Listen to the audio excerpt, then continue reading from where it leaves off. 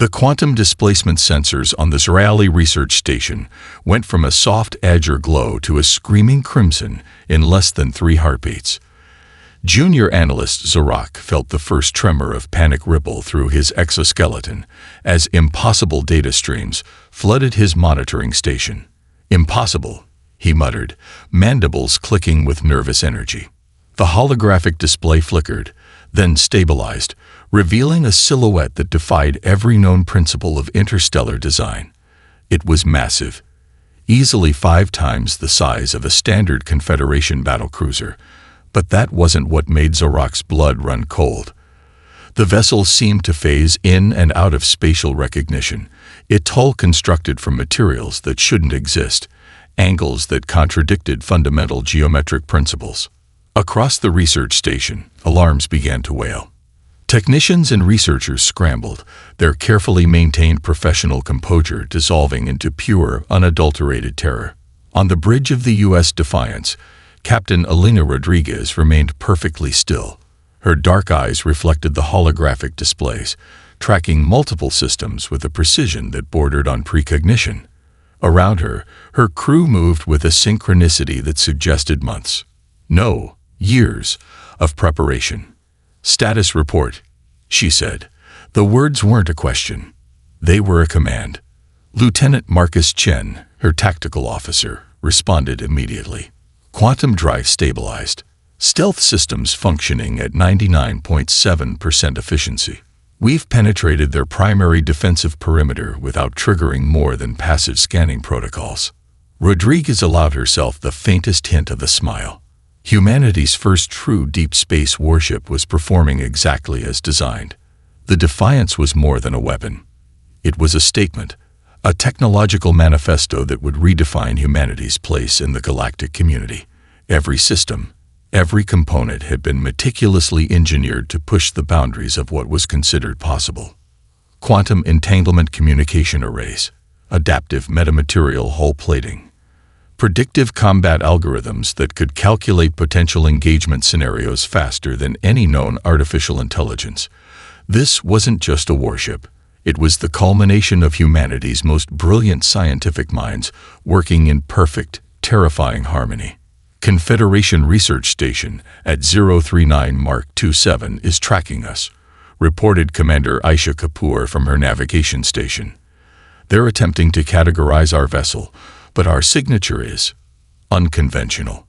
Rodriguez knew that was an understatement.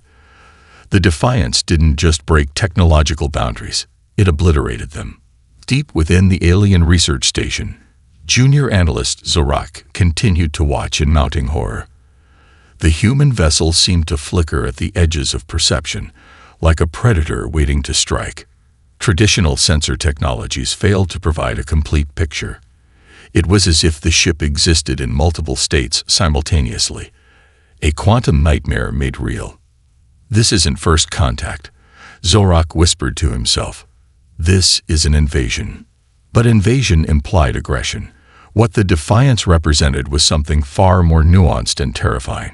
It was a declaration, a statement that humanity would not be controlled, categorized, or underestimated.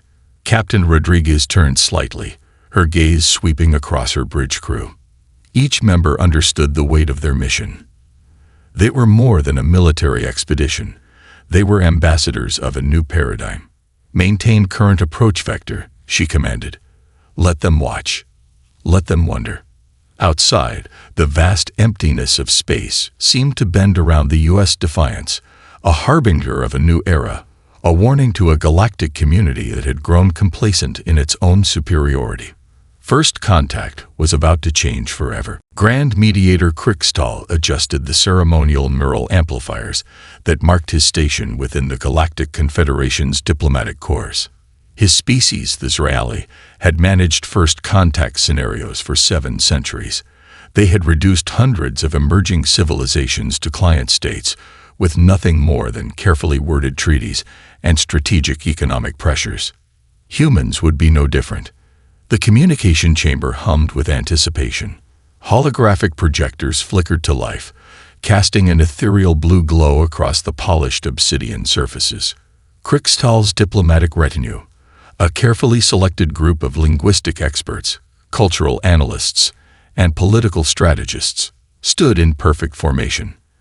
"Initiate first contact protocol," Krickstall commanded. The primary communication array began its standard transmission. It was a masterpiece of diplomatic engineering, a message designed to simultaneously inform, impress, and subtly intimidate. Linguistic algorithms translated the message across multiple communication spectrums, ensuring that even a primitive species would understand its core meaning. Asterisk greetings, emerging civilization. The Galactic Confederation extends an opportunity for peaceful integration and technological advancement. Asterisk. Aboard the U.S. Defiance, Captain Elena Rodriguez listened to the transmission with a mixture of amusement and contempt. Lieutenant Marcus Chen caught her eye, a barely suppressed smirk playing at the corner of his mouth. "They're not even trying to hide their condescension," Chen murmured. Rodriguez's response was measured. "They've never encountered a species that refuses to play by their rules." The bridge crew watched the incoming transmission with a collective sense of anticipation. They had trained for this moment. Every scenario, every potential diplomatic interaction had been meticulously war-gamed. The humans were not here to be controlled or managed. They were here to be respected. In the Confederation Communication Center, Grand Mediator Krickstall waited for a response. Standard protocols suggested a period of confusion, perhaps some initial resistance. What came next would shock everyone. Instead of a verbal response, the Defiance sent something entirely unexpected. A precise, targeting lock energy pulse erupted from the human vessel. It wasn't a weapon, not exactly. It was a surgical strike against the Confederation's communication array, designed to do something unprecedented. Completely disable their long-range communication capabilities without causing physical damage. In an instant, the Confederation's carefully constructed communication network went dark. Aboard the primary communication station, technicians scrambled. Backup systems failed. Redundant communication protocols collapsed. It was as if the humans had not just interrupted the communication. They had completely rewritten the rules of engagement. Grand Mediator Krickstall stood frozen, his neural amplifiers sparking uselessly. This was not how first contact was supposed to proceed. "What just happened?" he demanded, his usually calm demeanor fracturing. A junior communications specialist, her hands trembling, responded. They've isolated our communication network, completely, without any apparent aggressive action." The message was clear. Humanity would not be lectured. They would not be managed. They would dictate the terms of their own existence. Aboard the Defiance, Captain Rodriguez turned to her communications officer. "Status: communication disruption complete," Lieutenant Sarah Martinez reported. "Their entire diplomatic network is temporarily neutralized. No physical damage, but complete communication isolation." Rodriguez nodded. The first move had been made. A statement more powerful than any words could convey. The Galactic Confederation was about to learn a fundamental truth about humanity. They would not be controlled. They would not be manipulated. They would be respected on their own terms. First contact had just become something entirely different from what anyone had expected. The Confederation's response was predictably aggressive. 3 of their most advanced battle cruisers, the Eternal Sentinel, the Quantum Razor, and the Stellar Hammer, converged on the U.S. Defiance's position. Each vessel represented the pinnacle of alien military technology, equipped with weapons that could shatter planetary crusts and defensive systems that had repelled countless threats. Aboard the lead cruiser, Fleet Commander Vornak studied the human vessel with a mixture of curiosity and contempt. His species had fought in countless conflicts across the galaxy, and no emerging civilization had ever successfully challenged their military superiority. "Prepare standard neutralization protocols," he commanded, his multiple eyes focusing on the tactical displays. The Confederation cruisers moved with practiced precision. Their weapon systems charged, quantum disruptors capable of unraveling molecular bonds, gravitational cannons that could compress matter into microscopic points, energy projectors that could strip away entire planetary atmospheres. On the bridge of the U.S. Defiance, Captain Elena Rodriguez remained unnervingly calm. "Tactical assessment," she said quietly. Lieutenant Marcus Chen's fingers danced across his console. 3 heavy cruisers, combined firepower sufficient to destroy a medium-sized moon. Defensive capabilities include multi-layer energy shields, adaptive quantum harmonics, and molecular restructuring hull plating. A lesser captain might have shown concern. Rodriguez simply raised an eyebrow. "And our response?" Chen's smile was predatory. "Absolute." The first salvo came from the Confederation cruisers. Quantum disruptor beams lanced out, each pulse capable of reducing sophisticated technology to atomic dust. Any other vessel would have been obliterated instantly. The Defiance didn't just survive. It danced. The human ship moved with a fluidity that defied known physics. It wasn't just maneuvering. It was anticipating. Each weapon strike missed by microscopic margins, as if the ship could predict the exact trajectory of enemy fire before it was even launched. Fleet Commander Vornak watched in growing horror. This wasn't evasion. This was something else entirely. "Impossible," he muttered. The Defiance's counterattack was nothing short of surgical. A series of precise energy pulses, each calculated to the nanosecond, began systematically dismantling the Confederation cruisers. Not destroying them, dismantling them. Communication systems went dark. Weapon arrays collapsed. Defensive shields flickered and died, not through brute force, but through an almost elegant deconstruction of their most fundamental systems. Junior analyst Zorak, watching from the research station, could barely comprehend what was happening. The human vessel moved like liquid mercury, its weapon systems operating on principles that made alien technology look like children's toys. In less than 7 minutes, 3 of the Confederation's most advanced warships had been completely neutralized. Not destroyed. Neutralized. The difference was crucial. Aboard the Defiance, Captain Rodriguez watched the tactical display with clinical detachment. "Minimal energy expenditure," she noted. "Maximum strategic impact." Lieutenant Chen nodded, exactly as simulated. The battle wasn't just a military engagement. It was a statement. A clear, unequivocal message to the Galactic Confederation. Humanity would not be trifled with. As the last Confederation cruiser lost power, its systems collapsing like a house of cards, Fleet Commander Vornak understood a fundamental truth. This was more than a battle. This was a revolution. The research facility on Confederation Prime fell into absolute silence as the first data packets from the destroyed cruisers began to stream in. Dr. Lyric Xanten, the chief Sin of technological analyst, stared at the holographic displays with a growing sense of incomprehension. "This can't be real," she whispered. The data was unlike anything in the Confederation's millennia-long scientific archives. Every system recovered from the human vessel revealed layers of technological complexity that seemed to defy the fundamental laws of physics. It wasn't just advanced technology. It was a complete reimagining of technological possibility. Dr. Xanten zoomed in on a microscopic component recovered from the Defiance's outer hull. What should have been a simple structural element was instead a complex, adaptive matrix that seemed to blur the line between material science and living systems. The molecular structure changed constantly, responding to environmental stimuli in ways that suggested something closer to intelligent adaptation than mere engineering. Across the research complex, teams of the most brilliant minds in the Confederation worked frantically. Quantum physicists, materials engineers, computational theorists. All of them were struggling to understand even the most basic principles of human technology.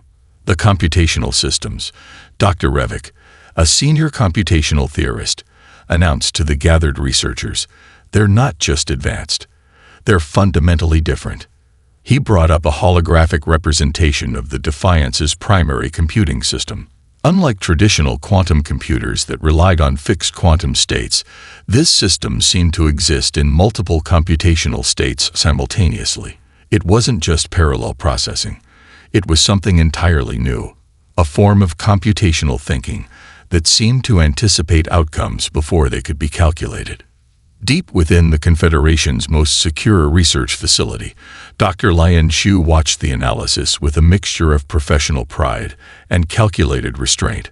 She was the primary architect behind the Defiance's technological systems, though few knew the full extent of her contributions. "Fascinating," she murmured, reviewing the Confederation's attempts to understand their technology. The weapon systems were equally perplexing. Traditional energy weapons worked on principles of energy conversion and directed output. The Defiance's systems seemed to manipulate fundamental quantum interactions in ways that made traditional weapon design look primitive. A junior researcher named Zarak, the same analyst who had first detected the Defiance, presented his findings. His hands trembled slightly as he activated the holographic display. "The energy projection systems," he explained, "don't just direct energy. They seem to create localized quantum fields that can selectively disable specific molecular interactions. It's not destruction. It's precise molecular deconstruction." The room fell silent. Dr. Xanten understood the implications immediately. This wasn't just a technological leap. It was a complete reimagining of what technology could be. The human vessel didn't just push the boundaries of scientific understanding. It erased those boundaries entirely. "They've been preparing for this moment for generations," Dr. Revik said quietly. "Every technological advancement, every seemingly random research project, it was all leading to this." The recovered data suggested a terrifying conclusion. Humanity's technological development wasn't random. It was a carefully orchestrated symphony of scientific innovation, each advancement subtly guided toward a singular purpose. Dr. Lian Xu allowed herself a small smile. Humanity had been preparing for this moment for far longer than the Confederation could possibly understand. This was more than a technological achievement. It was a statement of intent. Humanity had arrived, and nothing would ever be the same again. The Grand Conclave of the Galactic Confederation assembled in emergency session. The vast, circular chamber, typically a symbol of measured diplomacy and calculated deliberation, now buzzed with an electric current of pure terror. Chancellor Vorlera of the Centauri Alignment spoke first, her translucent skin rippling with nervous energy. "We cannot allow this to continue," she declared, her voice resonating through the chamber's advanced acoustic systems. "A single human vessel has demonstrated capabilities that threaten our entire galactic infrastructure." Representatives from 200 different civilizations sat in stunned silence. The holographic displays continued to cycle through the data recovered from the destroyed Confederation cruisers, each image more disturbing than the last. Ambassador Kthax from the Molecular Consensus leaned forward. "Our intelligence suggests this is not an isolated incident. The human technological approach suggests decades, perhaps centuries, of coordinated development." The chamber erupted into a cacophony of translations, diplomatic posturing, and barely contained panic. Some advocated for immediate military action. Others proposed diplomatic isolation. A few radical voices suggested complete technological quarantine. Captain Elena Rodriguez watched these proceedings from the bridge of the U.S. Defiance, the ship's advanced communication systems tapping into the Confederation's supposedly secure channels with contemptuous ease. "They're losing their collective minds," Lieutenant Marcus Chen observed, a hint of amusement in his voice. Rodriguez didn't smile. "They're realizing how vulnerable they've been." The Defiance continued its calculated mission. It wasn't destroying Confederation infrastructure. Instead, it was systematically dismantling their forward communication and research outposts with surgical precision. Each intervention was a message, a demonstration of capability rather than outright aggression. On the research station orbiting the outer rim of Confederation space, junior analyst Zorak compiled a report that would change everything.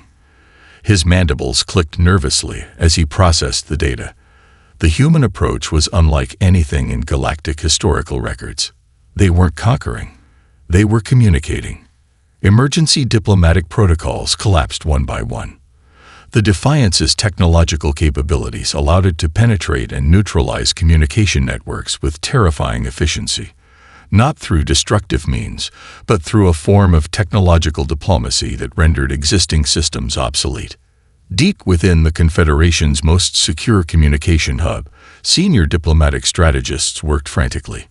They were used to managing emerging civilizations, guiding them, controlling their technological development, ensuring they never posed a genuine threat. Humanity was different. They're not following any known first contact scenario. Senior diplomat Rentok muttered, reviewing the latest intelligence reports. Every predictive model we have suggests they should be seeking protection, negotiation, integration. Instead, the humans were doing something entirely unexpected. They were demanding, no, requiring, respect. The Defiance moved through Confederation space like a quantum ghost. Each intervention was precise, each action calculated. They weren't destroying, they were demonstrating, showing the Confederation exactly how far behind they truly were. Captain Rodriguez understood the psychological warfare they were conducting. This wasn't about military superiority. This was about changing the fundamental understanding of humanity's place in the galactic ecosystem. Status report, she commanded. Lieutenant Chen's fingers danced across the tactical display. Communication networks neutralized in sectors 7 through 12. Research outposts isolated. No physical damage. Maximum strategic impact. The message was clear. Humanity could do whatever it wanted. And it chose restraint. As the Grand Conclave continued its frantic deliberations, one thing became abundantly clear. The galaxy had fundamentally changed, and humanity was the architect of that change. The intelligence archives of the Galactic Confederation were a marvel of technological preservation. Billions of data points, centuries of collected information, meticulously cataloged and analyzed. Yet, as the research teams dug deeper into the human files, a terrifying pattern emerged. Dr. Elena Volkov, the lead historical analyst, spread the holographic projections across the central research chamber. Each image told a story of calculated preparation that spanned generations. "Look at this," she said, her voice barely above a whisper. The projection showed seemingly unrelated technological developments. A materials science breakthrough in 2037, a quantum computing advancement in 2041, a revolutionary approach to energy transmission in 2045. To the untrained eye, these appeared as isolated scientific achievements. But the pattern was unmistakable. Every single technological advancement had been subtly guided, not by a central authority, but by something far more complex, a cultural and scientific ecosystem designed with a singular purpose: preparation for potential external threats. Ambassador Kthax from the Molecular Consensus studied the data with growing horror. "They'd been planning this for decades," he muttered. "No, centuries." The human approach defied every known model of civilizational development. Most emerging species focused on internal conflicts, resource management, basic technological survival. Humanity had done something entirely different. They had prepared, systematically, methodically, for a scenario most species would never even imagine. Deep within the most secure research facilities, teams worked around the clock to understand the defiance. Each layer of technology revealed something more shocking than the last. Their adaptive materials weren't just advanced. They were alive in a way that challenged fundamental understanding of engineering. Quantum communication systems operated on principles that made current galactic technologies look like children's toys. Computational matrices predicted potential scenarios with an accuracy that bordered on prescience. Dr. Lian Xu, watching from a secure location, allowed herself a small smile. Humanity's preparation had been perfect. The recovered data painted a picture of a species that had recognized its potential vulnerability long before making contact with extraterrestrial civilizations. Every technological track, every research avenue, had been subtly guided toward a singular purpose: survival and independence. Military research disguised as pure scientific exploration. Computational advances masked as academic curiosity. Materials science breakthroughs presented as industrial innovations. Each step was calculated, each advancement a piece of a larger puzzle. Junior analyst Zorak, compiled a report that would send shockwaves through the Confederation. The human vessel, the U.S. Defiance, wasn't just a technological marvel. It was the culmination of generations of strategic thinking. They anticipated everything, he said, mandibles clicking with a mixture of fear and admiration. The most shocking revelation came from a seemingly innocuous set of historical records. Humanity had been preparing for potential external threats for over a century, not through militarization, but through a holistic approach that integrated technological, social, and scientific development. Educational systems that prioritized critical thinking and adaptive problem-solving. Research funding that encouraged radical, unconventional approaches. A cultural mindset that viewed potential challenges as opportunities for growth. The Defiance wasn't an accident. It was the inevitable result of a species that had decided, generations ago, that they would not be victims. Captain Elena Rodriguez understood this better than anyone. As she stood on the bridge, watching the tactical displays, she knew they were writing a new chapter of galactic history. This wasn't just first contact. This was a revolution. Humanity had arrived, and nothing would ever be the same again. The combined fleet of the Galactic Confederation assembled with a desperation born of pure terror. 217 warships from 36 different civilizations, each representing the pinnacle of their respective technological capabilities. They had one mission: neutralize the human threat before it could spread further. Fleet Admiral Vornak stood on the bridge of the flagship Eternal Judgment, his multiple eyes scanning the tactical displays. Around him, the most advanced military minds in the galaxy had gathered, united by a single purpose. "This ends now," he declared. The battle plan was complex, a multi-dimensional assault designed to overwhelm any possible defensive capabilities.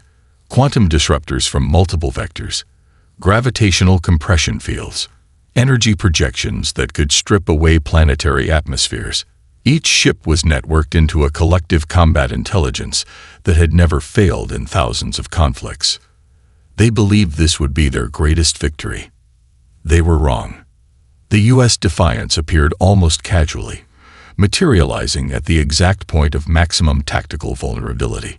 It wasn't where the sensors predicted. It was where the laws of probability suggested it could not possibly be. Captain Elena Rodriguez watched the approaching fleet with clinical detachment. "Incoming assault," Lieutenant Marcus Chen reported. "Threat assessment." A hint of a smile crossed Rodriguez's face. Minimal. The Confederation fleet struck with everything they had. Quantum disruptor beams that could unravel molecular bonds. Gravitational weapons that could compress entire battleships into microscopic points. Energy projections that could strip away planetary atmospheres. The Defiance didn't just survive. It danced. Each weapon strike missed by impossibly small margins, not through traditional evasive maneuvers, but through a form of predictive movement that seemed to defy the very laws of physics. The human vessel anticipated each attack before it was even launched, moving with a fluidity that suggested something beyond mere technological superiority. Aboard the Eternal Judgment, Fleet Admiral Vornak watched in growing horror. The tactical displays became a nightmare of impossible trajectories and shattered predictions. "That's not possible," he muttered. The Defiance's counterattack was nothing short of surgical, not destruction. Deconstruction. Each precise energy pulse systematically disabled entire sections of the Confederation fleet. Communication networks collapsed. Weapon systems went dark. Defensive shields flickered and died, not through brute force, but through an almost elegant dismantling of their most fundamental systems. Lieutenant Chen's fingers danced across the tactical console. "Minimal energy expenditure," he reported. "Maximum strategic impact." 37 minutes into the battle, 112 Confederation ships had been completely neutralized. Not destroyed. Neutralized. The difference was crucial. The remaining ships began to retreat, not in an organized withdrawal, but in pure, unadulterated panic. Captain Rodriguez watched the tactical display with the same clinical detachment she might use when reviewing a routine maintenance report. "Signal received," she said quietly. The message was clear. Humanity would not be threatened. Humanity would not be controlled. As the last of the Confederation ships limped away, something fundamental had changed. This was more than a military engagement. This was a statement that would echo through galactic history. Humanity had arrived, and the galaxy would never be the same again. The emergency session of the Galactic Confederation looked more like a funeral than a diplomatic meeting. Representatives from 200 civilizations sat in stunned silence, the weight of their collective failure hanging in the air like a suffocating mist. Chancellor Vorlera of the Centauri Alignment spoke first, her voice a mixture of defeat and reluctant respect. "We have been shown the true nature of our limitations," she began, her translucent skin shifting through muted shades of resignation. Humanity's message was clear and unequivocal. They sought no empire, no subjugation, no grand territorial expansion. They wanted something far more fundamental: the right to exist on their own terms.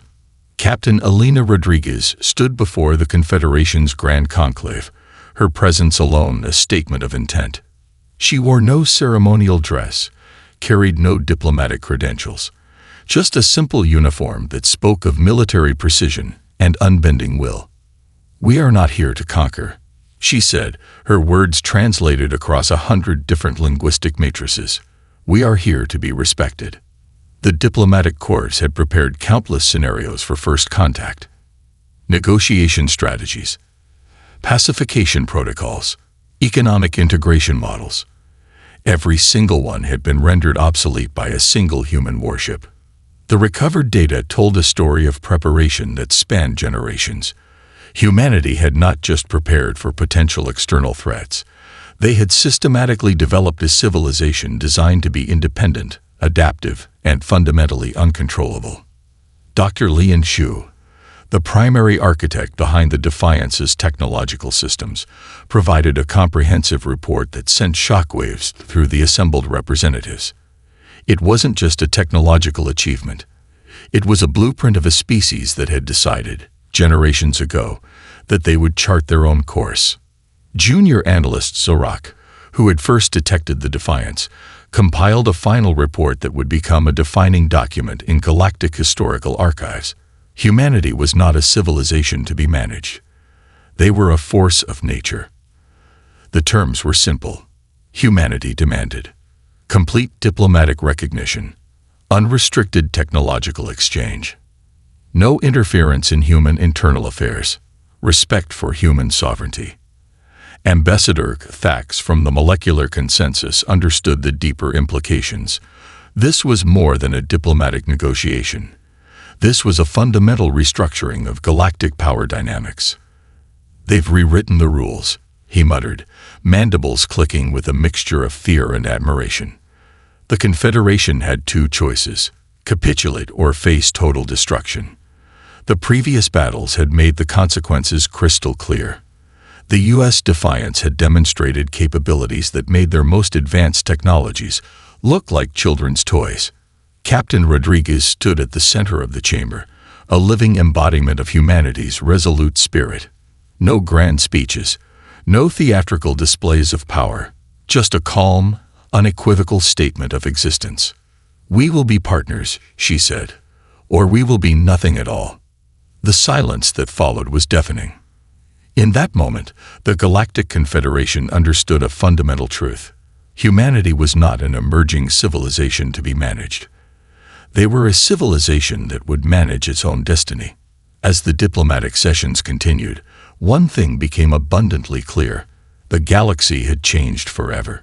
Humanity had arrived, not with a whisper, but with a declaration that would echo through generations. A new chapter in galactic history had begun.